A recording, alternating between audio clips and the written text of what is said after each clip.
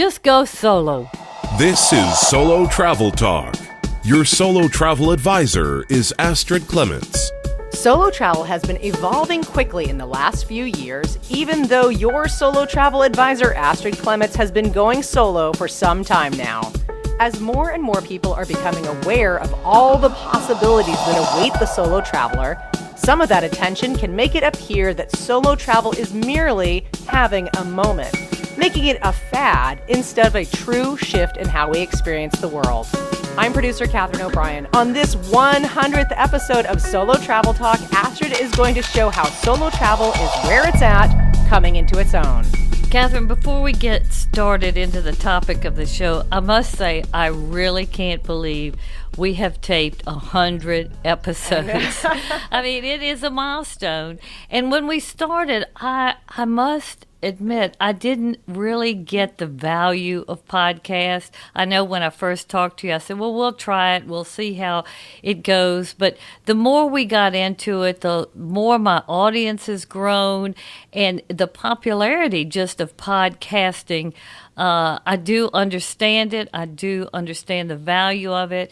And I think it's a great forum to share all of my solo travel knowledge, tips, information, etc. Well, I love it because you not only do you have the stories, but you have the experience, and I think people are really, I love hearing from the listeners. That's been the most gratifying part, is hearing from listeners who are like, you've inspired me, or, this is what I'm liking. It's been really, really fun. Well, I mean, I've been doing solo travel for over 40-something years, so I have a lot of stories. Yeah, you do.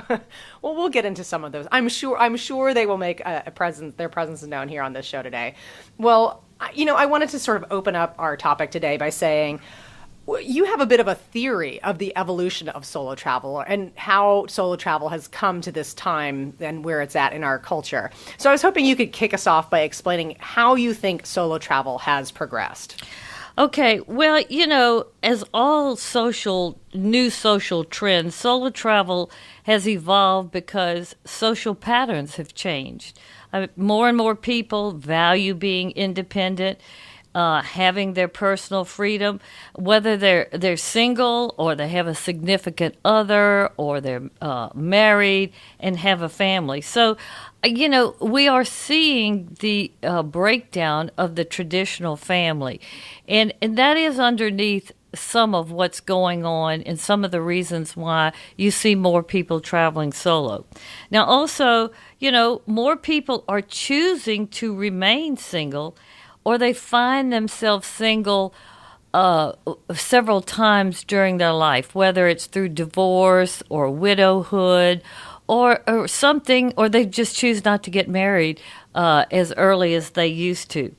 And also with that is the financial independence that more and more people have attained, and especially women. I mean, they have the disposable income now to have the freedom to make a lot of the choices in their life that really weren't there, say, 20 years prior.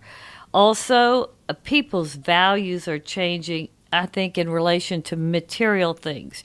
More people, or you hear more and more people, and you read stories about, people are valuing experiences instead of material things, or just having a large savings account.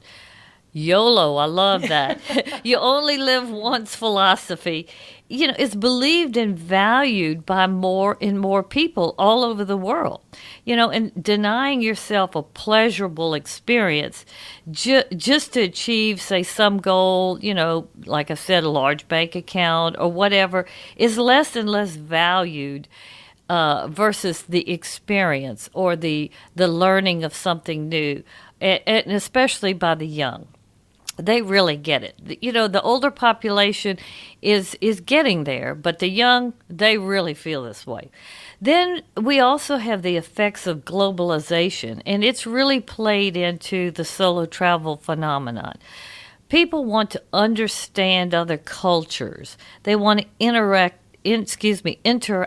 with different types of people all around the world. And really, I find it's now seen as part of a person's education. whether it's in their personal development or in their business life. So, this globalization, understanding other cultures, interacting with other people from different countries, etc., is not only interesting, but it's a necessity. So to be able to do it effectively, you have to, go and immerse yourself in it. And that is playing into this solo travel phenomenon. Next is technology, which is really the big one, or the big driver underneath the trend, I think. Because, first of all, social media. I mean, anybody who's on social media, you see so many people who are, showing their travels. And you are seeing more and more of them going solo.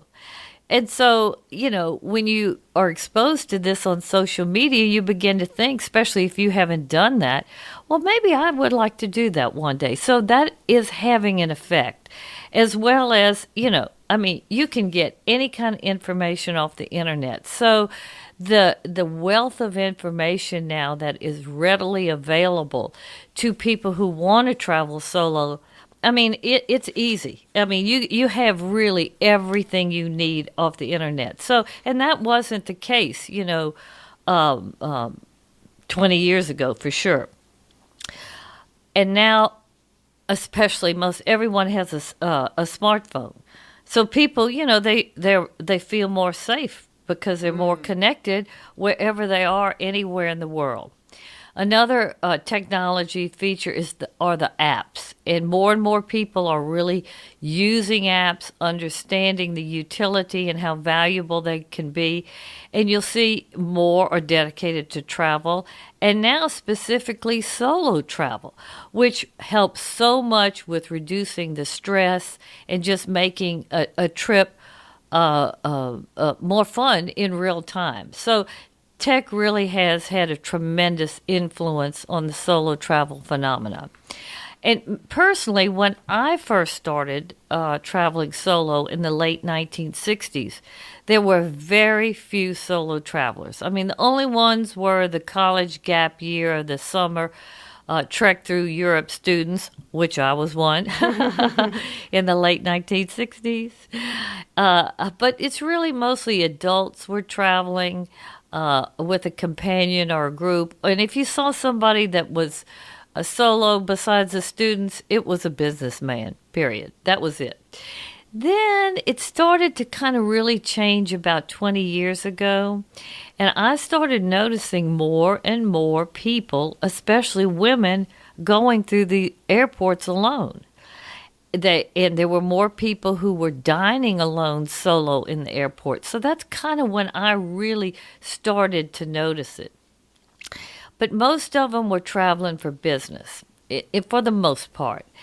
Then, with all of that, you had the development of the VIP business lounges in the airport, and you really got to see there a lot of kind of well-heeled solos hanging out, mostly men that were business people, but then also women that were traveling alone, and they liked that VIP kind of a place where they could stay before they caught their flight. But now I see a large part of the traveling public solo and being comfortably solo. I mean, everybody's seen that photo of a woman walking through the airport or walking somewhere with a suitcase. And you see it. I mean, it's there. I would say when I go to an airport, probably more than a third, maybe approaching a half of the people, to me, look like they're solo. So the solo traveler is not viewed as the odd duck who has no one to travel with anymore. So social mores have really definitely changed, and that it all plays into this. And there are other factors that have strengthened the solo travel phenomenon. But really, I think it's underneath the social more. People are more independent. Women are more confident. They're more financially secure. And people are choosing to stay single or to do their own thing more because they want to and they can. You mentioned women a couple of times in your description there. Can you tell us a little bit more, maybe go a little bit more in depth about some of the ways that women have shaped this field? Okay, now women are by far the largest population of solo travelers. And, I thought about that when I've read that over and over. But I know myself, I love to explore. And men, when they travel, typically they want to travel with, a significant other, or they're with their family, or they have business. They are not as geared to really just going out and doing their own thing solo. And maybe it's something about the way men are created, but women by far are the largest population. I'd like to read you a quote someone wrote describing the growth of this phenomenon, female solo traveler, that I think begins to share light on it. It says, solo women travel isn't just a fad of the moment. It's an outgrowth of a larger cultural awareness that women can succeed on their own. And along with this train of thought, there's another quote, and it goes, today women are making independent life choices about careers, whether to have a family, travel, and have the income to travel solo. So that's just kind of at the bottom of why there is this phenomenon. Now, I'm going to give you some statistics to kind of enlighten you, because I know there's some people who have never traveled solo who might be listening to our program, or who have done it once or done it a lot of times. But I'd like to share the reality of the explosion of solo travel, and really the recent explosion of it. I'd say the recent explosion has been within the last 5 years. Yeah.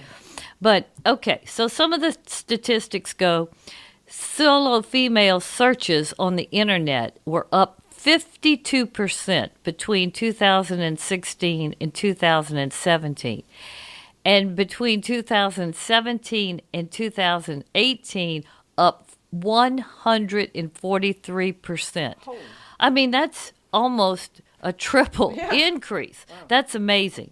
And here again, this male-female statistic, 25% male solo travelers and 75% are women solo travelers. So that shows you right there in the statistics. Hotel.com said their bookings for 2017 were up 170% for solo women bookings.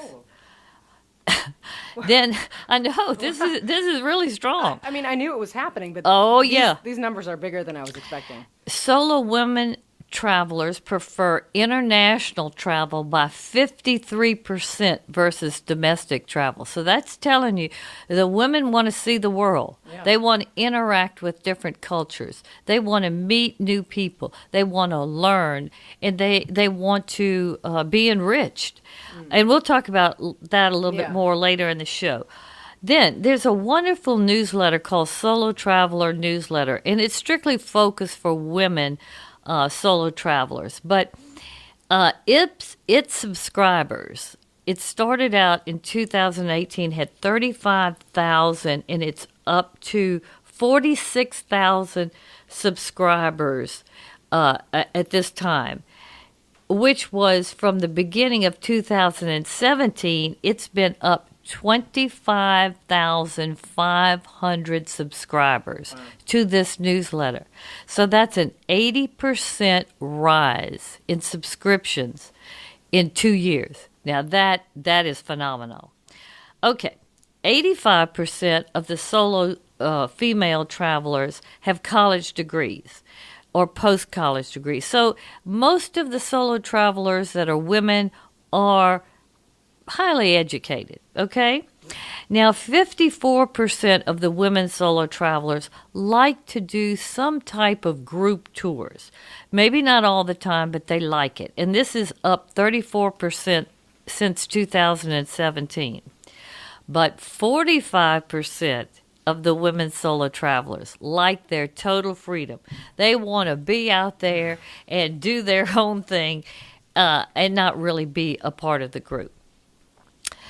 Solo women travelers are also more frequent travelers. They like to take 3 or more trips per year versus couples and families. They typically take 2 trips a year. And it's probably more in the economics of that and the ability to get everybody away. But that's what the statistics show. And then also, a 2018 survey said 1 in 4 people who travel say now they are going to take a solo trip. So, and I think it was in 2018. That's what the survey said. 1 in 4 people who travel say they will travel solo in 2018. That really shows you that people they're thinking about going solo. They're not going to wait for other people to go with them or whatever. They're going to figure out how to do it. So what all this shows is more and more female travelers want to travel solo and choose to travel solo because they want to, and this is the big phrase, they want to do what they want, when they want, and they want to get some me time. They really do. And that's really, I think, at the bottom line of the people who go totally solo. Man, they just want to do what they want to do, when they want to do it, and they want to be me time. They don't want to be bothered, and they need it, and they want it. A little bit more about the statistical data. It shows that women solo travelers, they're looking for fun and interesting activities. I mean, they don't want to just sightsee. They want to get down into the cultures. They love the food and drink. They experiment with restaurants and all kinds of, food venues. They take cooking courses. They like food and wine tours. So the food and drink scene incorporating solo women travelers to experience that is growing. And that's one of the reasons why I've done the Dining Solo podcast and other podcasts dealing with food and wine and tours and that kind of thing, and how you can go solo and then tag up with some of these things and still be solo, after you've done the course or whatever. Women love to go to exotic places. They're the ones that want to go, whoa, to some of the real exotic places and kind of off the beaten path, which that shocked me a little bit. I thought the men would be more like that. No, women, that's not a deterrent, or that's what the statistics show. And they like being near beaches. Women tend to like beach holidays or beach getaways. They like adventure activities, hiking, biking, and even sports-oriented activities, snorkeling, sailing, that kind of thing. Of course, I'm a shopaholic, so I can understand this, but variety... Well documented. Yes, self-confessed. They like a variety of shopping experiences. They like the flea markets. They like going to ethnic boutiques. They into crafts. And, of course, the high-end, etc. Or just, things that you can buy that are made by a different culture. So the shopping experience is important. Spa services and rejuvenation activities. Oh, yes. Health, wellness, and beauty. That is really growing in the travel field, and the women are the biggest ones to go to these places and do these types of things. Like I said before, they're interested in meeting new people and interacting with the locals in different cultures. I thought that maybe men would be more like that because, they're always trying to maybe meet women or whatever. But it's like the women, they're the ones, or they are naturally wanting to meet different types of people all over the world and become friends. They don't have to have anything more than that. But they really are so comfortable or becoming more and more comfortable doing that, and they're seeking to do that. Also, they are seeking to understand the authenticity of the places that they're traveling to. They want to immerse themselves in the cultures. They don't want to just go and eat, etc. They really, I remember when I was in a temple in Bangkok, and this temple was so unbelievably beautiful in the inside. And one of the things that struck me is this gorgeous, it looked like wallpaper, but it wasn't. It was hand painted it had kind of a black background. It looked kind of Chinese, but it was very colorful scenes of people and things and objects and different things that they value in the Thai culture. But it was so beautiful. So I was asking the guide who was taking us through this temple, what does all this mean? What does this beautiful wall mean? And so he began to go into it, etc. But women are like that. They want to know. They don't want to just go in and say, "Oh, okay, I've seen it, been there, done that." Men, that's usually them. They'll go and they'll look, unless they're into the aesthetics. But women seem to want to understand. And it's interesting. It's very interesting. So you see, female solo travelers' travel goals and desires, I think, are really pushing hard on the travel industry to change. You're seeing, that dreaded single supplement being reduced or eliminated now with certain group tours and cruises. There are even group tours and cruises now that are totally geared to solo travelers. Now, that wasn't happening very often 5 years ago.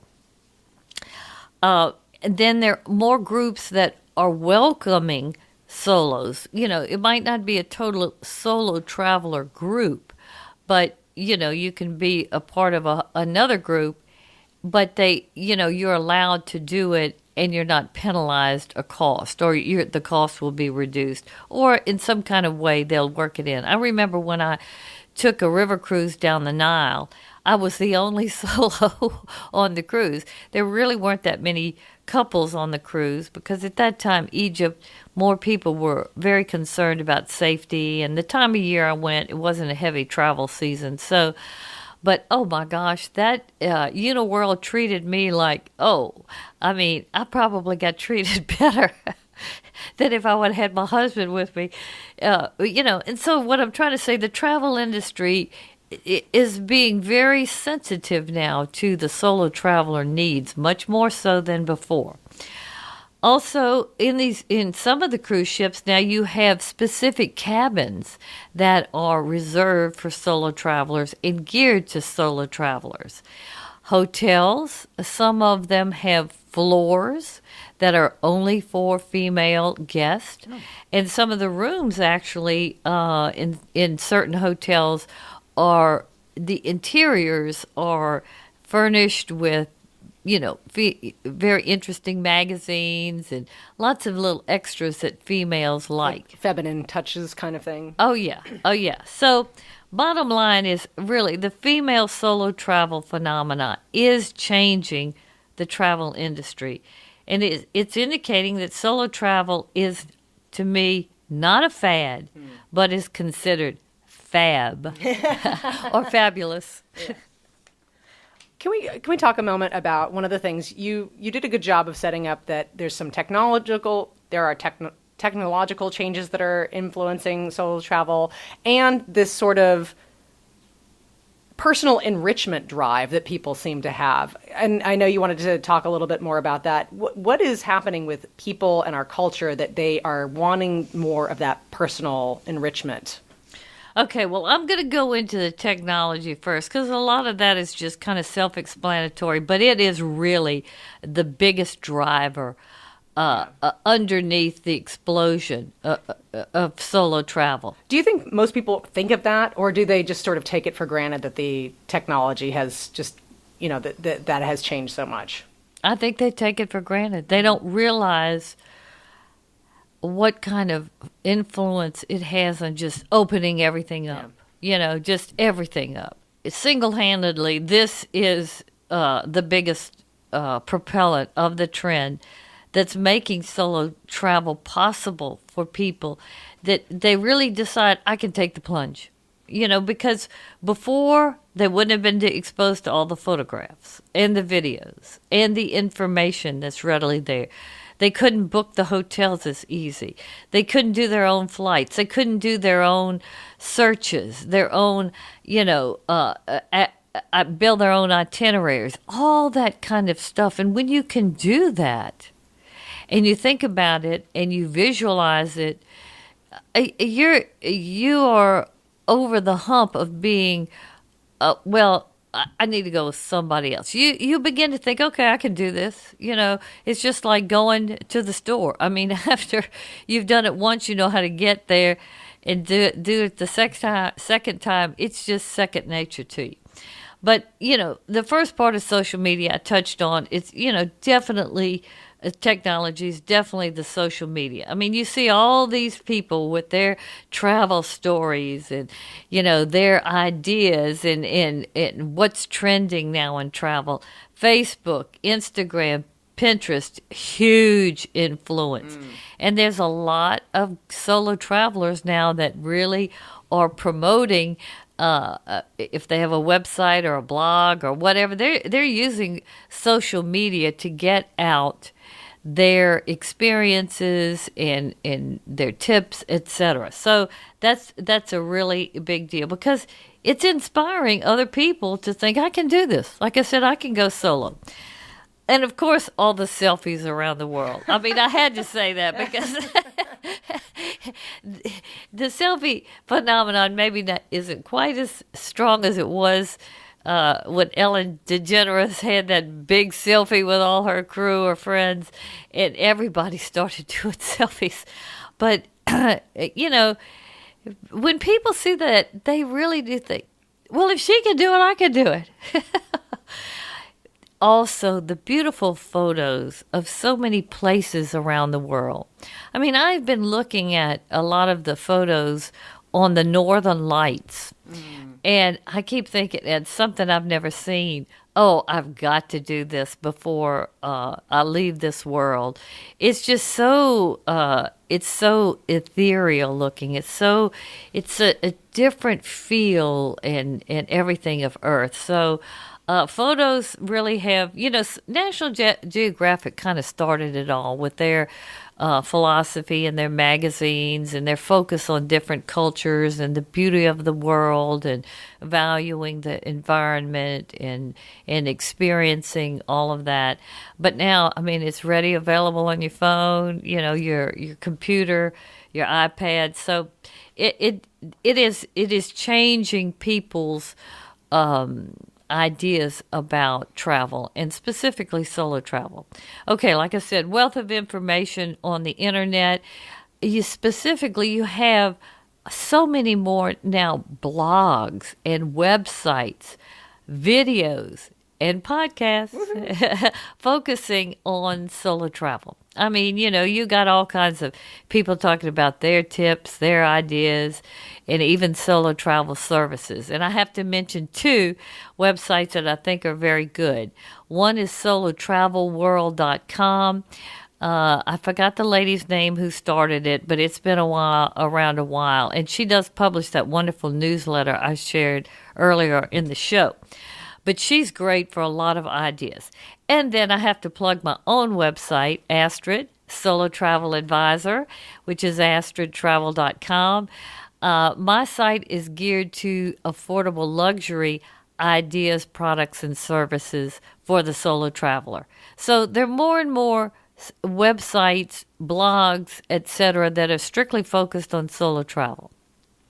Next aspect of technology. It's really real-time now assistance that you have. Everybody basically has a smartphone. So now you can store all your travel information in there, whether it's your travel documents, your emergency contacts. You can stay connected with family and friends. So, you have a real-time assistant. You don't need anybody to help you. If you get organized and know how to use everything, I mean, you're connected anywhere in the world. And that that has really changed people in terms of feeling they can do it, they'd be safe, and if they needed something, they could figure it out, okay? Then the apps. Oh my gosh, there are so many apps now, and it's growing all the time. Whether it's Google Maps, your weather apps, TripAdvisor, Expedia, National Geographic, city guides. You can get into all kinds of things, and if you don't know something or you're trying to figure out something when you're somewhere already, the information is right there to you in one of these apps. There's lots of apps. Then there's also the STEP app, which is an app that is, I have to always plug. Our unofficial sponsor, yeah. But the U.S. State Department for American Citizens has this wonderful service, and they have this app, and it gives you a wealth of information about countries and do's and don'ts and everything, as well as whenever you go out of the country, you can enroll in with the State Department your itinerary, where you'll be staying, your contact information, everything they need to know to help you if there is social unrest or possibly terrorism or maybe a natural disaster, or even if you are involved in an accident or a victim of a crime. You can get in touch with them and they will help you. And like if there's some kind of social unrest or terrorist issue, they contact you and tell you to avoid these areas, and if you need to evacuate, how you should do it, if there are any services the U.S. government is providing, how you can tag up with that. All kinds of things, and I promote this all the time because it is fabulous. If you need anything, they can help find what you need. So, in mostly it's distress situations, but it's comforting. If you want to go to some real exotic places, you definitely need to do this. Then there's safety apps and language translation apps. They didn't have that 5 years ago. Now all you have to do is talk into your phone, and it talks back in the other language. It answers so many questions. The phone basically, is your translator, which I think that is just amazing. It's amazing. It's amazing. So because of tech now, you can plan your trip and you can execute your trip with just a computer in the iPhone. You don't need printed travel guides, maps, travel agents. Travel agents can help you, but if you want to put in the work, you can do it all yourself. It's all there. And really soon we won't need cash at all or credit cards. You'll just use your phone, you'll put it up to everything, and the barcode or whatever, it'll take whatever it needs out of your account. And then, of course, there's Wi-Fi more all over the world, which that keeps you connected real time. And before, and I would say even 5 years ago, I know when I went to China, it was spotty and they block you and that kind of thing. And so in Russia, the first time was a little bit more difficult, but it's pretty much prevalent now everywhere in the world, and it's getting stronger and stronger. So that has a lot to do with this whole solo travel phenomenon. Then you've got your tech gadgets, your safety gadgets, and your alarms, and whether they're on your body or on your hotel room door. I have a really goofy little 10-second video on my YouTube that shows this little hanging, it's very small, hanging gadget that you put on the doorknob of your hotel room. And I bought it for when I went to China, because I went to China solo for 5 weeks. And I really didn't know what to expect. Even though I was staying in 5-star hotels, I didn't know, and when you don't know, you try to think of everything that will make your trip less stressful or keep you out of harm's way, etc. So I bought this little gadget that you hang on your door, on your hotel door, and it has this little wire and these 2 little pins that you stick in between the door jamb. So if somebody wants to open your door, this thing goes so loud. It's so loud, it wakes up the whole hall. So, that's technology. We didn't have those things before. Before we had those rubber door stoppers, and they still work. Don't think they don't work. But now you have sound, and you yourself are more likely to be awoken with that kind of thing. So the tech gadgets, they're coming more and more. And last, now you can actually work remotely, because of technology, which allows you to both travel and work. So, technology is just changing all of our lives so fast, and that's to include travel and solo travel. I have to say, listening to you, I do think that there's a teeny tiny bit of a blessing and a curse with the spread of technology.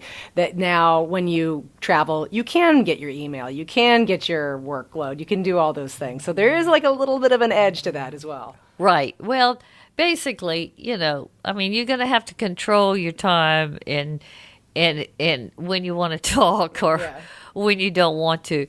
And there's also, I have to put in a plug for this little company. It's called Silent Pocket. We interviewed, we interviewed them on one of our podcasts. But they have products that keep you or take you off the grid, which means you can put your phone in this little sleeve and they can't track you. Also, there are a couple of things with the computers. You can put your computer in these computer sleeves that they have. They have all these things that you can put a dot over your camera and your computer, all kinds of little gadgets. Even a backpack that's not only waterproof and non-traceable, the same kind of thing they have, of course, RFV thing, but it's even bulletproof. Yeah, I mean, this backpack has got it going on. So if you don't want to be disturbed, you just buy one of these backpacks or one of these little sleeves, and it will block it. So that's all part of this new world. And then what are your thoughts about the sort of the personal enrichment side? Okay, well, that's a big driver too. That really is, because, people are searching for happiness and just feeling that they've done things to fulfill themselves, etc. So, people are searching because they hear so much negative in the media, or they're feeling like, what's going on with the world? So they're trying to figure out where they are and what is right and what makes them happy and what makes sense. So this enrichment, it leads to you kind of finding yourself. And I'll talk about that in the end of this question. But solo travelers really, they're seeking first and foremost, they want adventure. They want to do new things. They want to learn new things. Like I said, they want to experience and understand many cultures around the world. They want to challenge their cultural biases. They want to see what don't I understand about, say, Hinduism? If you grow up in the United States and you're a Catholic or you're Methodist or Christian philosophy, more and more people are saying, well, I want to understand that. I want to know how it's different from ours and why this whole population is has this belief and how that affects their culture and how they live, etc. And how can I accept our differences and learn from them and learn from how they think differently and what we think is right. So you see more and more people doing that. And then, of course, people like to eat and drink ethnic foods and experience, different food cultures. And they also, this enrichment goes into, like I said, they want to have time alone to think about what really matters to them. They want me time. They need to recharge, rethink, rejuvenate. And they might even want to go off in a completely different direction with their life. And it's very funny how, if you got certain things that just keep coming up in your life and you can't quite figure them out, etc., you go on a solo trek for, more than 3 days, maybe even 3 days it'll hit you. But just the fact you're not in your home environment, and I even say longitude, latitude, in the motion of travel, you go somewhere different, just the whole essence of a place. Your brain and your emotions and everything start flooding up, and you begin to think about things you either haven't thought about, you won't let yourself think about, or you just can't figure out. It's amazing. Sometimes you just have that aha moment on the other side of the world, but it happens a lot. And people are experiencing that because they are traveling more and traveling solo all over the world, and they're coming back and talking about these experiences. And then, of course, people have their bucket list and their passions, what they want to do. So, that all plays into the enrichment factor. People are very interesting, again, meeting so many people all over the world. They are just plain curious about people. I know I am really curious, and I'm like so curious, I'm surprised I haven't got myself in trouble, because I will ask them questions when I feel like the time is right and it's not rude, but I want to know, I want to know about why, say, Indian women, and I've never asked this question, but tell me about the sari, and why you dress this way, and, your jewelry, and what does this mean to you, and your traditions, and why, just tell me about it. I love to hear all that, because it makes me really appreciate that difference so much more, and I love that. It's a very empowering kind of wonderful feeling when you don't know something or understand something, or you have some kind of underlying prejudice that you don't really know you have, but it really hits you in the face. When you work through that, oh gosh, it is, you can have a lot more fun. Your life just becomes a whole lot more full. It really does. Okay. And of course, people who go solo, they want to break out of their daily routine. That daily routine for a lot of people is very difficult to sustain. And everybody knows when they travel, very few people say, even if they've had a bad trip, I still got to get out of town. and it's rejuvenating, just leaving, just getting out of that routine. So that is part of the underlying reasons why people, are saying, I'm just going to go by myself. Plus, growing importance, or really the phenomenon of feminism, women feminism, because women now, they really want to actualize their full potential. And like I've been, kind of moving this conversation towards, solo travel does enrich the female solo traveler, which in turn leads to more empowerment of the individual. And another thing, I always try very hard, and this is something my husband taught me, probably 35 years ago. He said, you worry too much about what happened in the past and what's going to happen in the future. You need to learn how to live in the moment. You need to learn how to do the best you can in the moment, and, let nature kind of propel you this way.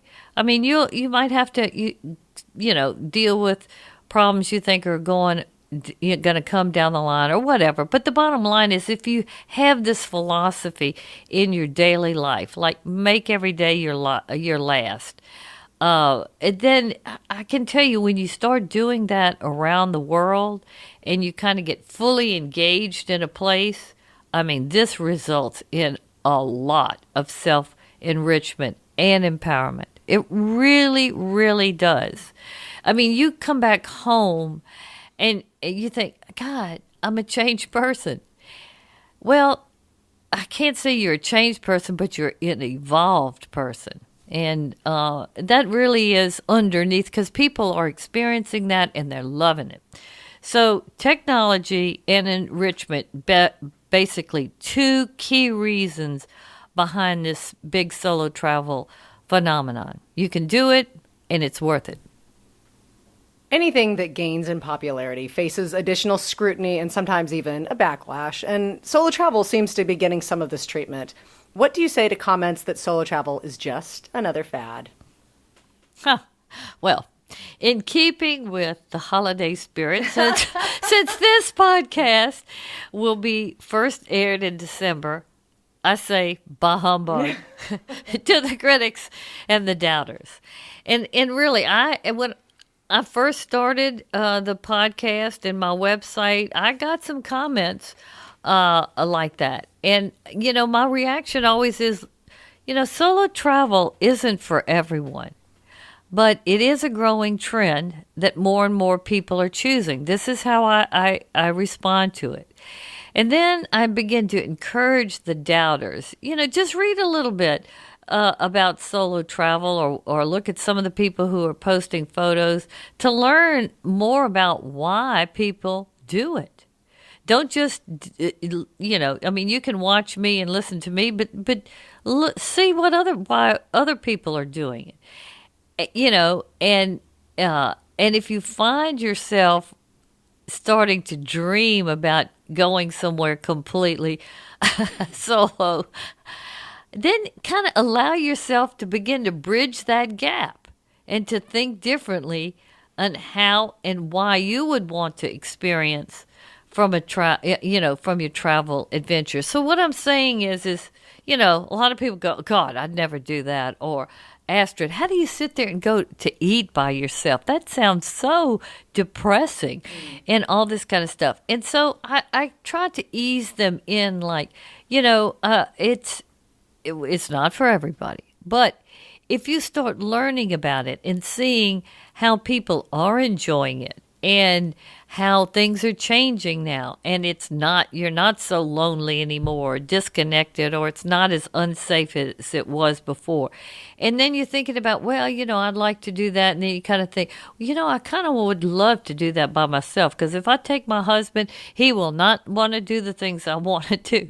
So as you start thinking like that, try to bridge the gap. Try to get yourself to start, thinking, well, maybe I can do this. And maybe one day I will do it. That's kind of a little bit how it starts. But right now, solo travel, it is hip to travel solo. Like that song, Hip to Be Square. Because that independent, confident, modern woman who travels the world is seen now as powerful and not as someone who no one wants to be with. So here again, you've also got this shift that people are admiring people that are doing it. And I must say, I do get those comments to me all the time. They go, oh, God, I would love to be you, or something like that. And they go on and on. And, it's been an evolution for me. I just didn't start out doing that way. Now, I must say my personality, I love adventure. And I'm really, I'm never scared anywhere, which is, it really amazes me. Now, there's certain things that make me uncomfortable, but I don't care how exotic a place is. I never go, oh God, this place creeps me out, or I can always relax and just kind of get into the flow. But there are a lot of reasons why I think I can do that besides some of my personality. I do a lot of research into the culture, what to expect before I go, so it's not like some kind of big shock when I get there. But back to our topic, women empowerment is really not a fad. It's here to stay. And women are becoming more and more powerful, confident, independent, financially secure. So that's not a fad. And maybe, society will tire of all the social media and all the posts by solo travelers, and the trend might kind of slow down. They get sick of seeing all these people on there. Or I was thinking, maybe the virtual reality might take the place of real-time solo travel. And that'll be the next travel trend. And there'll be no need to get on a plane because you could just immerse yourself in holograms or put on one of those helmets. And I know I'm getting kind of weird and heady now, but I mean, you don't really know. Or maybe travel will become too expensive because it's getting more expensive in certain ways for the solo traveler. And thus, it will justify the need to travel with others to share expenses. But really, my opinion is more and more women are single for longer periods of time, whether they choose to or not in their lives. Because of this, I think the solo travel trend will continue to increase because women don't want to stop traveling just because they're single. And now they know that they can do it because they've seen a lot of this transition either on social media or whatever. So the more single women they are at different points in their life, or the more independent they are, like me, who's been married for 40-something years, and my husband doesn't like to travel anymore, and I intend to see as much as I can see of this world before I leave, so I have to do it solo. But I love to travel, and because you're single, that doesn't mean that you can't travel. Okay. Also, you see very substantially the growing numbers of travel companies that are providing services that are geared to solo travelers' needs and desires. And these companies know that the growing number of tech-savvy young and older people now will desire to travel solo because they want to maintain their autonomy, and they can with technology. So even the travel companies that used to like to have the couples and, base everything on doubles and families and even groups, they know now that more and more people, they're choosing a different type of travel. And Booking.com shares, solo travel is not a trend, but a new normal. Female travel is here to stay. That's from Booking.com. So, and I believe from my own personal experience, these are my thoughts. The more you travel solo, the more you gain confidence to take future trips till you become hopelessly hooked. But it's true. The more you do it, just like anything, learning to walk, ride a bike, etc.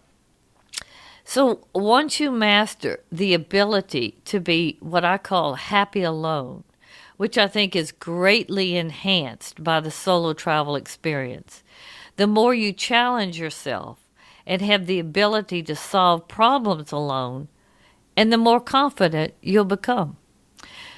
To me, solo travel has helped me learn how to cope with being alone, to resist the temptation to allow myself self-pity and depression to come in. It really has helped me with that. It's helped me, kind of ease through those lower times and just say, you're wonderful, Astrid. You got it going on, and those kinds of things. And, everybody has a lot of problems in their life. I realize that no matter how wonderful your life looks, there are problems. But you have to learn how to deal with those things that can just really sink your ship. And in travel, solo travel is a very good way to begin to acquire that real ability to be happy alone, no matter what. And I tell you, it's one of my things that I cherish. And then a little bit more on this thought, the need for quiet time, for stillness, no distractions, also is a growing trend for people in the fast-paced, stress world. So, and like I said, kind of on this same thought before in the show, the need to get away and think, to solve like a personal problem, or maybe you're thinking about going in a new direction, maybe even starting a whole new career, something just drastic. This solo travel is a good place or a good thing to do when you're in these transitional stages, because it frees you from your hometown, your home place, your home environment, and it just helps you expand what you really think and what you really feel. So traveling the world solo, to me, does help you find your true self. That's what I say, on a deeper level. And this fosters your ability to be happy alone, or at least fight self-pity. And, lots of times we can be... that can creep in. If you don't watch out, it can creep in. And even with all this social media, you might think, oh, God, look at their life. They've got it, and I'll never, you know what I'm saying? Don't let yourself get in there. When the inner you can be okay, no matter the circumstance, you're on your way to having healthier relationships and a fuller life. And my belief is when you acquire the skill of being happy alone, more happiness will come your way. And that's true. Experience solo travel to help you gain this important life lesson. Okay, so I just kind of wrapped that, whole thought up by saying, for all these reasons mentioned in solo travel, about solo travel, it's not a fad, but it is a natural progression of social globalization and social change that's going on all around the world. And it's here to stay as a chosen travel experience. Well, I say to all the people who are listening right now that we really do hope you choose to experience the solo travel. That's the whole purpose of the show. I know that Astrid has so much to offer people with her own experiences, and you really want to share that. I know that that's really been a part of the motivation for this whole show, and I just want to say to you, congratulations on this 100th episode. Oh, well, that I was going to end the show by thanking all the listeners for tuning in to Solo Travel Talk podcast milestone 100th broadcast. I mean, we really are. Catherine and I, we've been doing this, and I didn't know what I was doing at the beginning.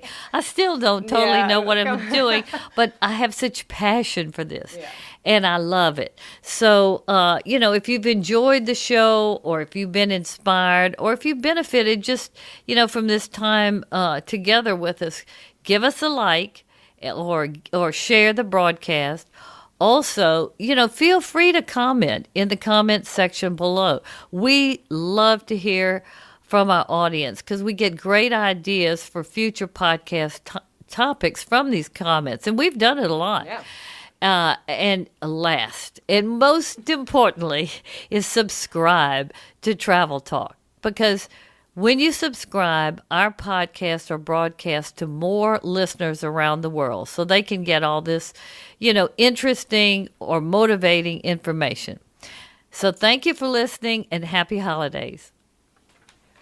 We do want to say a Merry Christmas to everyone who's listening, and thank you all for being so supportive of this show, Solo Travel Talk. But we know this very episode has inspired you're going to go out and do all your solo traveling. Well, guess what? Astrid has a section of her website, astridtravel.com, that is dedicated to resources that will help you do just that.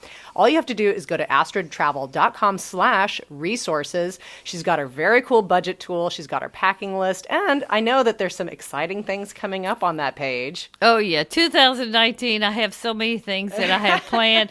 I'm going to start an Astrid Travel Club where you can join, and we'll be putting together very interesting theme-based trips for very small groups of solo travelers. We'll also be helping create trips for people who want to do bespoke travel or just pure solo travel. And we're going to do this resource page in full. We'll have things like infographics on tipping around the world, and all the things that you need to do, all the steps, everything you need to check off your checklist to do a getaway, a 2-week vacation, or some around the world trip. from packing to budgeting to, things you have to do before you leave home, all those kinds of things. Because even me, as a very experienced solo traveler, I can forget it. So we'll have a lot of resources on there that just will help you just, make the trip happen, relieve stress, or anything that would concern you that could go wrong and mess everything up. No mess ups. Hey, this podcast is available on Apple Podcasts, SoundCloud, Stitcher, Spotify. We love Spotify. Any fine place that podcasts can be found. Again, congratulations, Astrid. Thank you, everybody, for listening and making this show what it is. We'll see you next time in the 101st episode of Solo Travel Talk. Bye-bye. Thank you for listening to Solo Travel Talk. Follow Astrid on Instagram, Facebook, and Twitter. To learn more about Astrid or her solo travel advisors, visit her website, astridtravel.com.